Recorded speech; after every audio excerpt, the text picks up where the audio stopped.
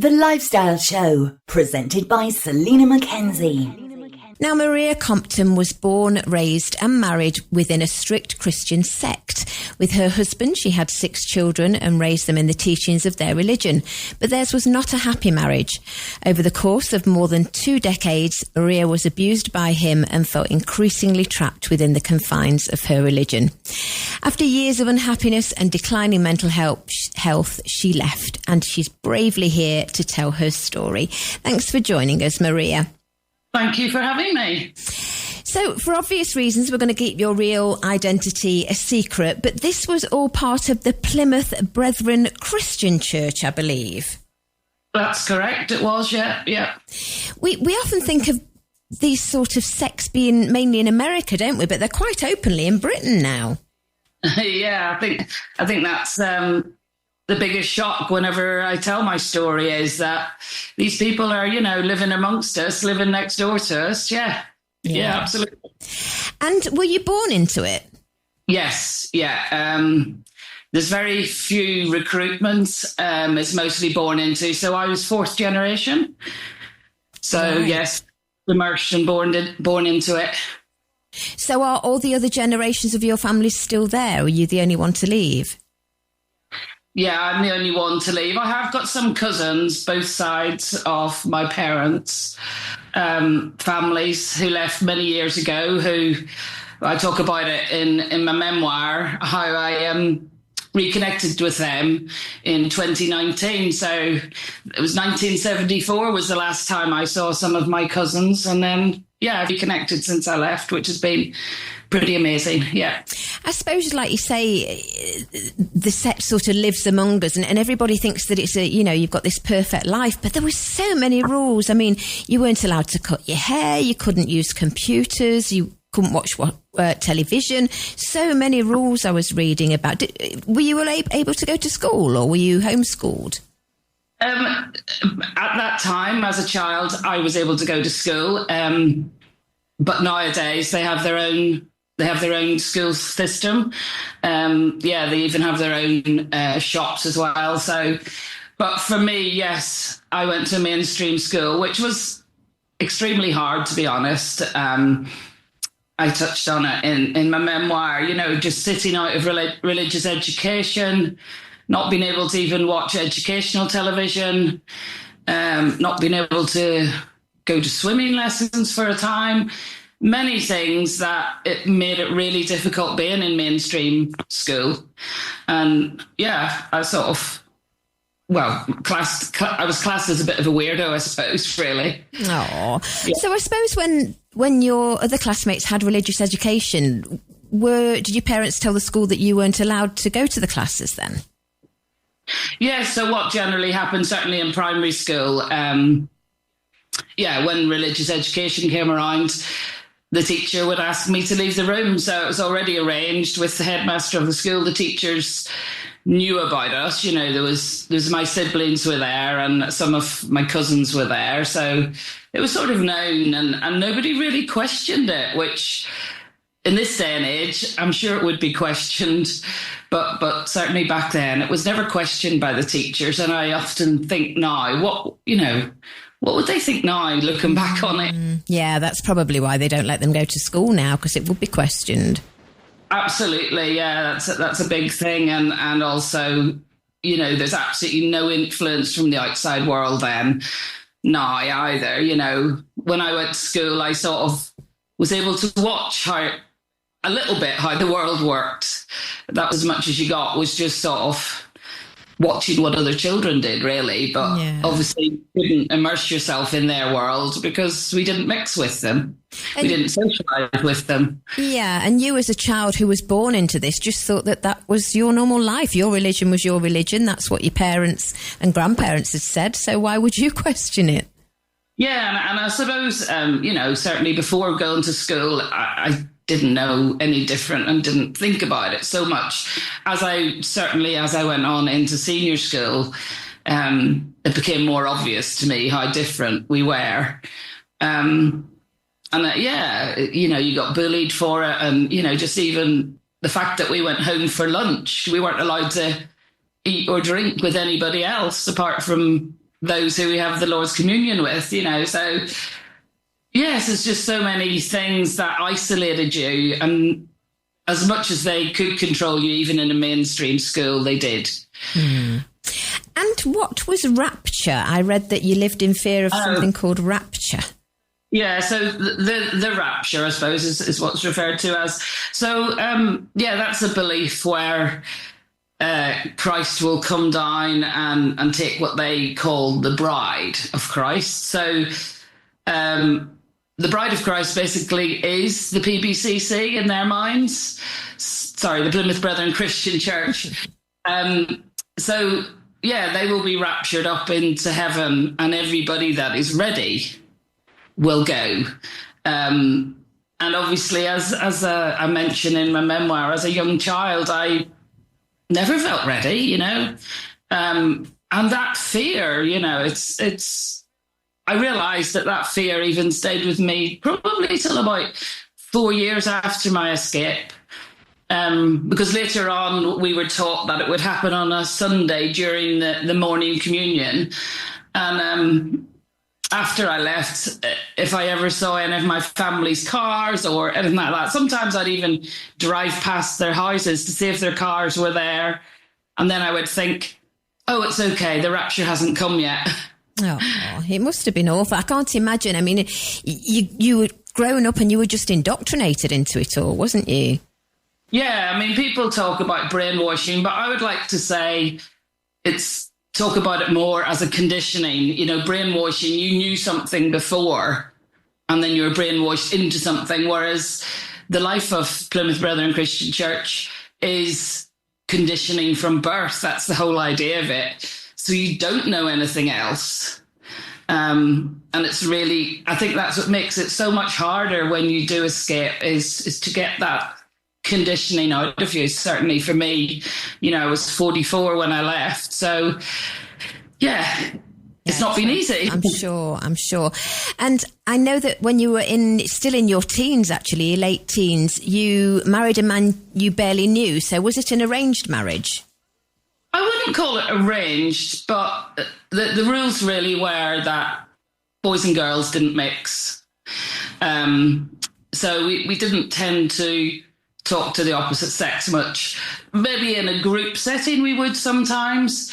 But if you started talking to somebody on a one-on-one, and, you know, that was basically it, really, that's what was going on. That was as much as a dating was just that. And there may have been some looking across the meeting hall at them and smiling at them, and a lot of, if you were dating somebody, that was all it was, really. Yeah. There was no physical touch. There was you were limited as to how much you could talk to that person. And because my ex-husband was from another place, that limited you even more. So, you know, we were given, I think I talk about this in my memoir, we were given an hour a week to talk on the telephone, and then I would have met him just once a month.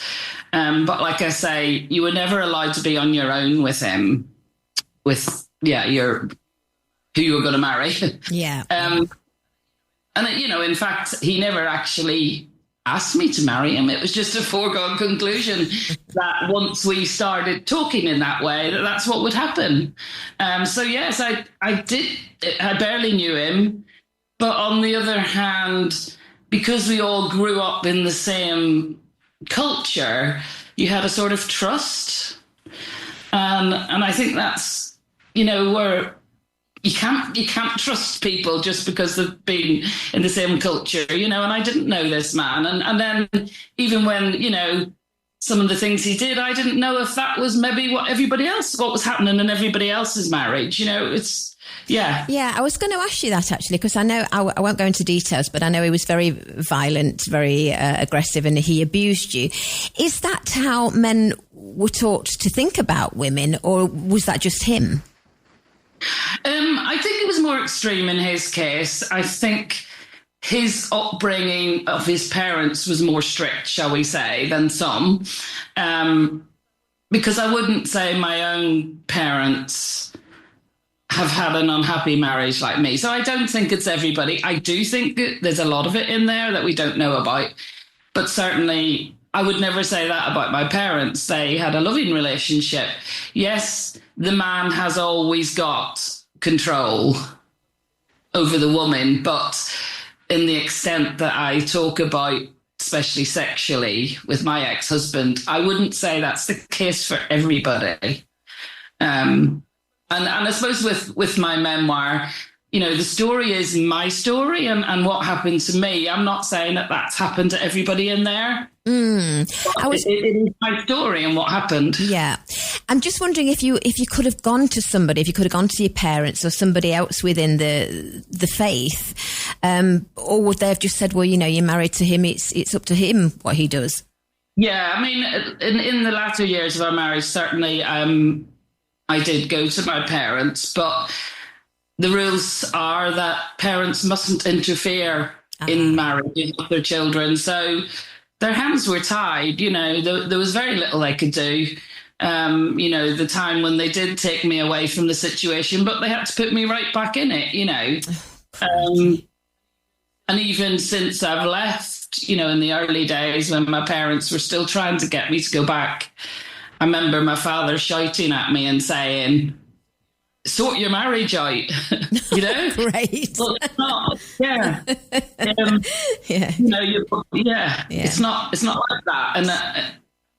And then even when you never got talking to professionals about it, you know, I remember like my doctor maybe recommended, I must have told the doctor a little bit and she recommended going to something like Relate. Well, there was no way that would happen. No, there was no way of any, even in the years, you know, when I suffered with my mental health and I saw a psychiatrist, it was all a secret. Never would I have dared talk about what was really going on. You know, you just didn't. Yeah. This life of ours was a secret and the outside world mustn't know about it. Oh, it must have been so stifling.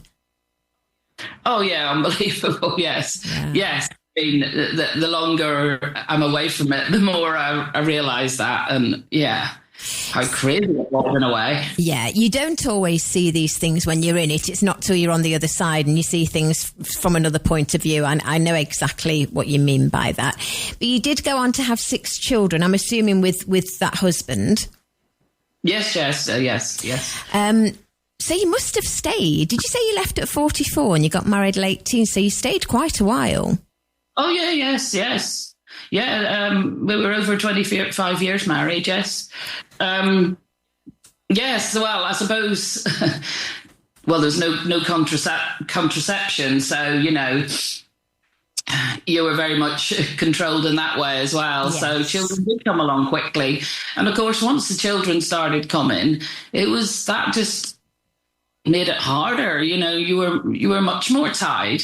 Yeah. And yeah, your life was so hectic as well, you know, so much of your brain space and mind is taken up with all the entertaining we have to do and babies and going to church every day. And, you know, there really is so little time to think to yourself.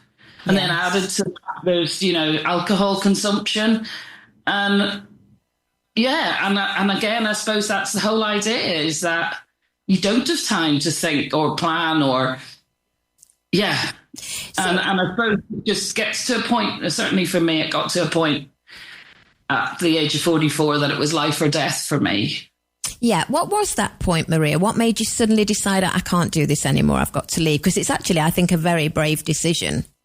Yeah, like I say, it is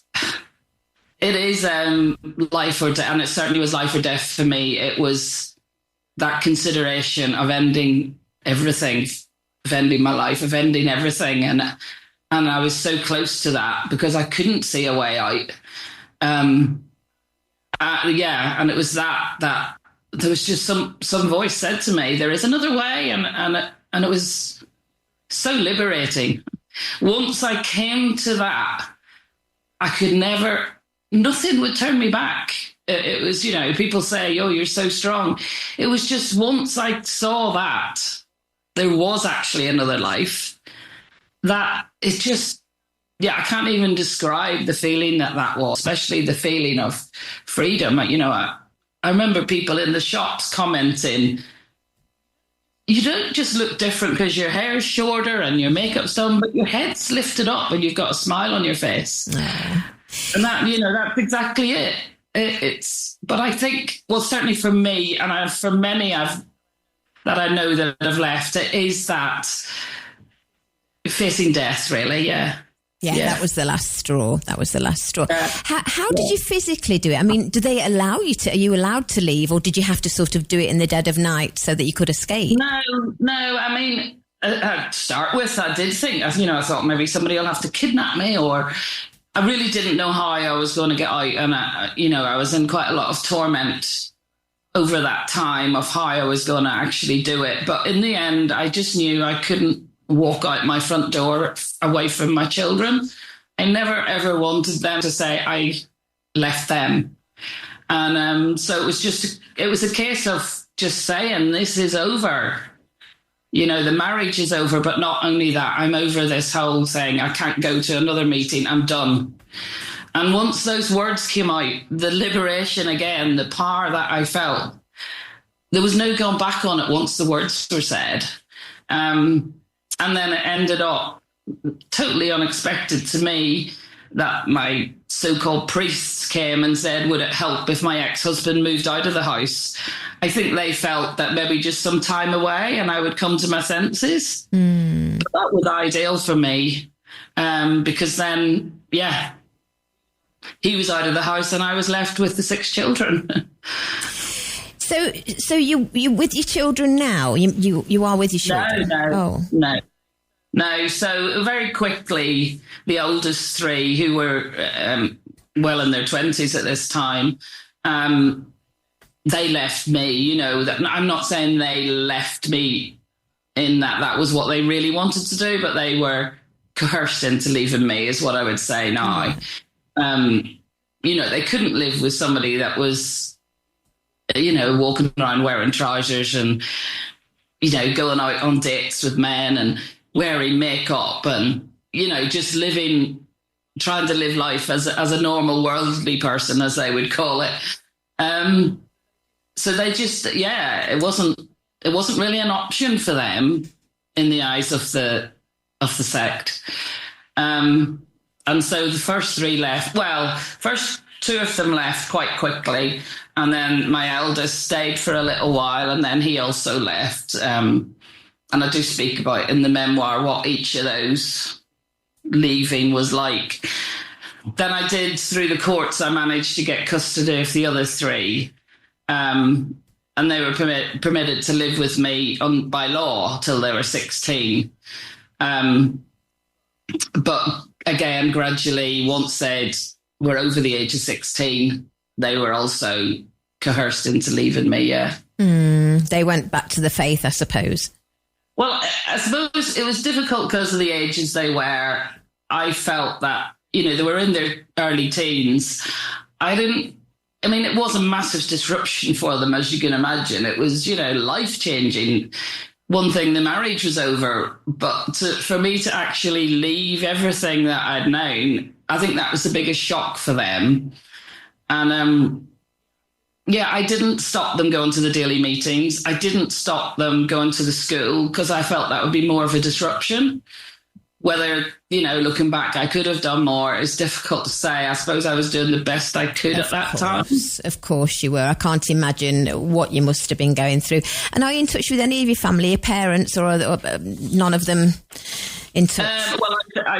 If I email my dad would be the only contact I've got. And if I email, he might email back just a very short email. Or he might not. It's difficult to say, but yeah. And how long have you been, let's say, free now? 12 and a half years, so yeah. And you're happy, are you? You live in a good life? Yes, yeah, absolutely. I got married last year, and yeah. Oh, wow. To a loving husband, I assume. Yeah. So, yeah, in my memoir, I don't get as far as the marriage, but yes. Well, you'll have to write a book too, then. Yeah. Well, yes, I think I could write more books. I could maybe write a book on the dating world outside of a sect. Right. Let us know. Well, this particular book, your memoir, is called Out of Faith, A Mother, a Sect and a Journey to Freedom. It's by Maria Compton, who we're chatting to now. And I believe it's out tomorrow. Is that correct? Yeah, it's out in the paperback tomorrow, yes. Yeah. Well, congratulations, and I wish you lots of luck with it. Thank you so much for being so open and honest, Maria. No, thank you. Take Thank you very care much. now. Bye-bye. All right. Bye.